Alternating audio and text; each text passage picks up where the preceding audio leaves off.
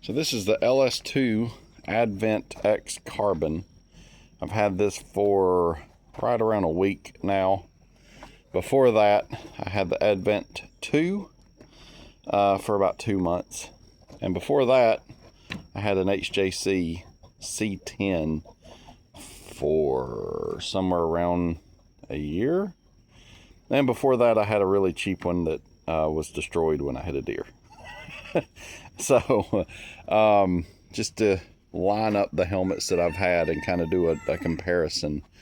Because you can spend a lot of money on this stuff, and I figure, shoot, if I can help somebody save some money and just go to the helmet that works for them, maybe it would have helped me, maybe. So, this is a good helmet. It's got some good safety things from what I understand. It's one of the better rated, cheaper helmets that I've found. It's a modular. I tend to like the modulars, so it will pick up to somewhere in that vicinity, if I can do this with one hand.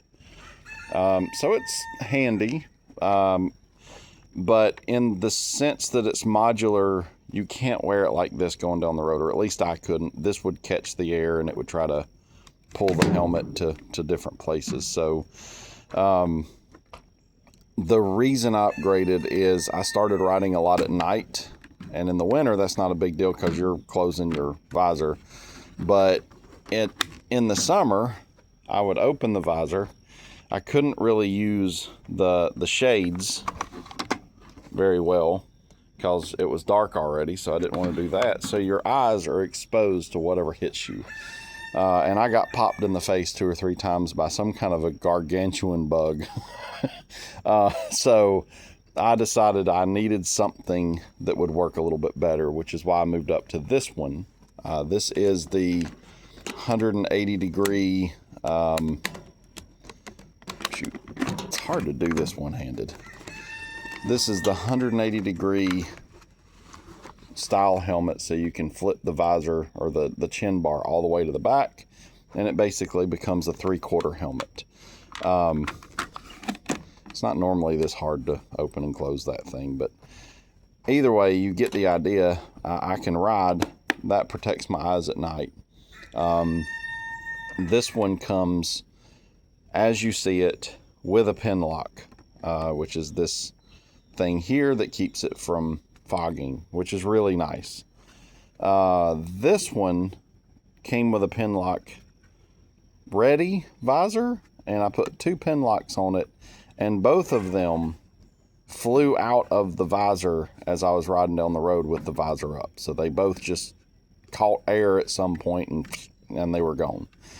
So I moved to this one, and also just for the pin lock was like way down in here, so it was literally right in your eye line, which really sucked. The way they did this helmet, my eyes were trying to look through right here, which wasn't great. Where this one, my eyes are down here somewhere, and they put the pin lock way up here, or the seal for it, so you don't even know it's there. It's clear, it works really well. So the pin lock implementation on this one is far better than the pin lock implementation on that. I ended up going with this visor, which is for like say hello to shoot, what did I name him? Nugget. Yeah, that's Nugget. But anyway, this one works better. I can ride it at night, and it works okay. It does have a vent here. It doesn't really work that well. It doesn't really seem to catch a lot of air. Your mileage may vary.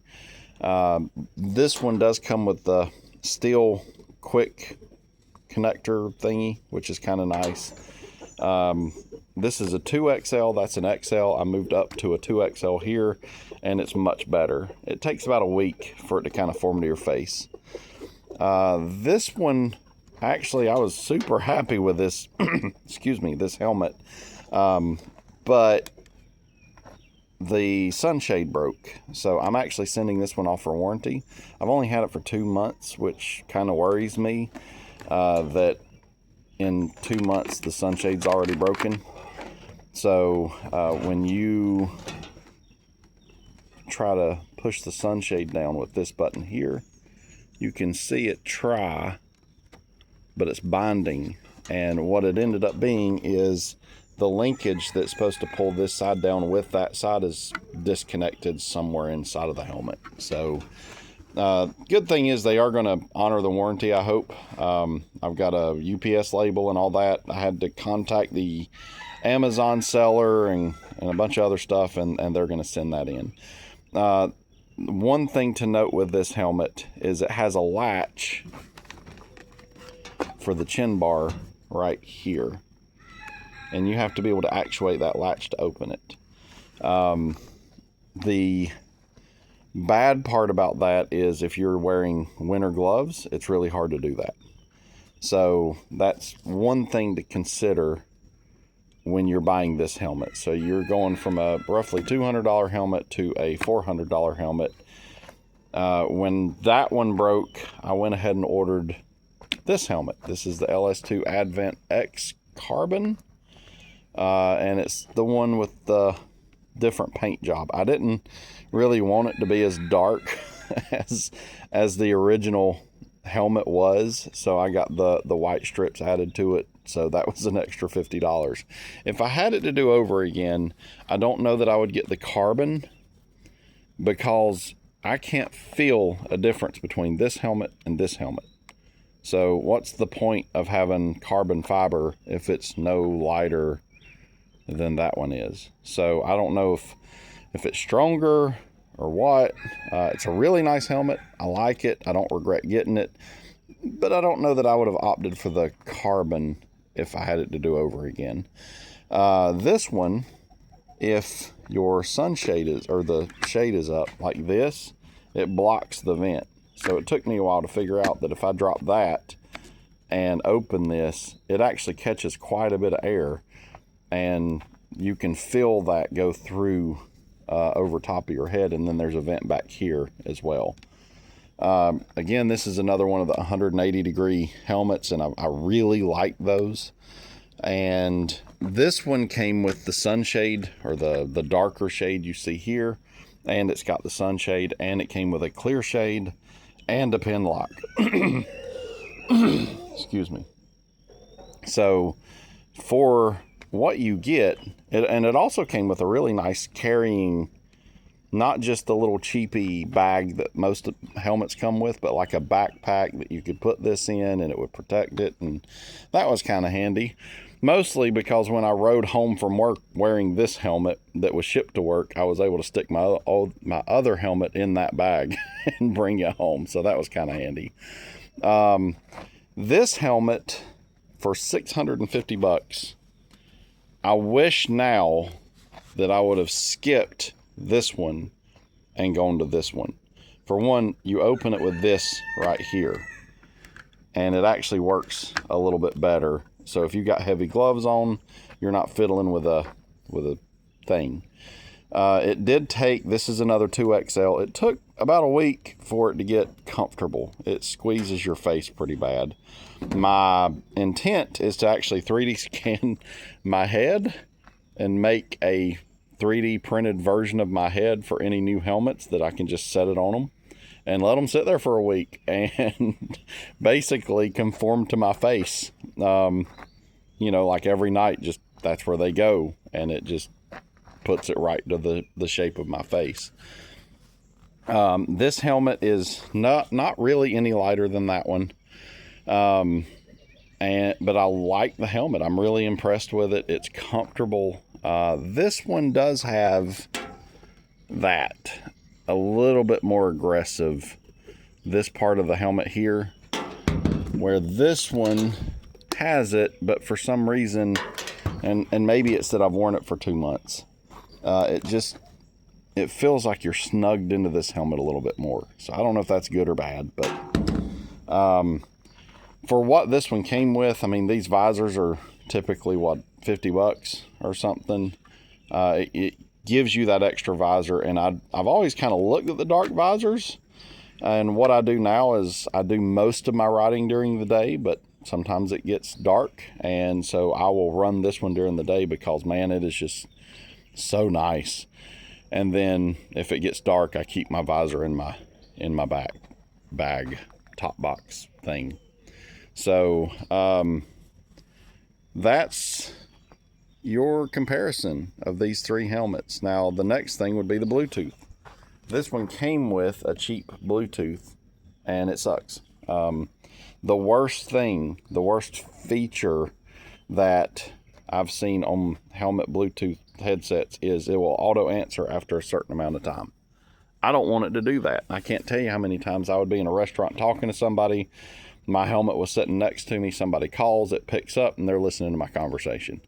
Or somebody would call and they get angry because it was like, well, you picked up. Well, I didn't know. I could hear you talking. So that became an issue. Or I would be talking to somebody. I'd be talking to my dad, and a telemarketer would call, and it would automatically end the call with my dad and flip over to the telemarketer. And there's no way to disable that.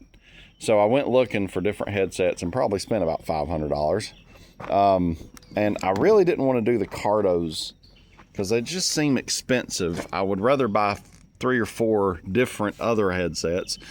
This was the one that I ended up settling on. So this is the FX8 Pro, and it's by FOD Sports, and it's about $100, and it does everything well.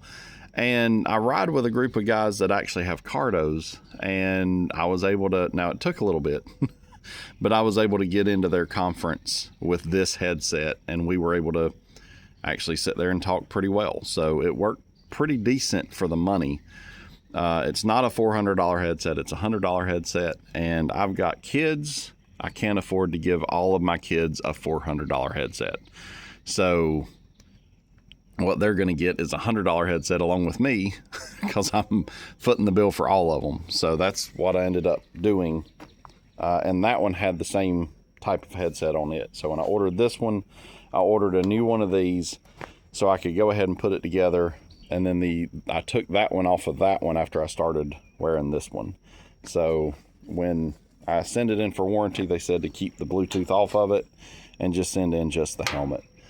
So as far as looks go, I think that's a pretty sharp looking helmet right there. I do like the looks of it. I don't know if it's worth the extra $50, but it's a good looking helmet. What else? I think that's it. So those are my 3 latest helmets. I'm still going to hang on to this one for the winter. I'm not sure how well this one will do in the winter, but man, for the winter, this thing was warm. It kept your face. It just worked really well, and it never fogged. Now, this one, the way they do the pin lock, it might actually be a better helmet because even this one, my eye line is somewhere in here. So it's almost like I kept wanting to tilt the helmet backwards. Where these I don't have to do that with. So eventually that may just end up getting given to somebody, upgrade my uncle's helmet or something like that. So, but yeah, that's where I'm at. Size wise, that's an extra large, but I had to get rid of the cheek pads that came with it and install a 5XL cheek pads, and they worked really well. That's a 2XL, snug when I got it, wore it in 2 months time. It is perfectly comfortable now. And this one, again, I've had it for a week now, long enough to go. I wish I would have skipped this one and just went ahead and bought that one, but really nice helmet. So what I'm going to do is, as I upgrade helmets, like that one will go to one of my kids. I'm going to get a different set of interior, whatever you call them, and it should fit one of my kids. So that's a 2XL. If I order the different cheek pads and the different liner, I think I can get it down to either a large, or I can go up, or not a large, an extra large, which would fit my daughter, or I can go to a 3XL liner and cheek pads that might fit my dad. So we'll see how that works out. But either way, it's always a backup helmet for me once they warranty it back to me. So if something happens to this one, you know, I can leapfrog between helmets if I need to. So either way, you guys have a great day. I hope that helps somebody.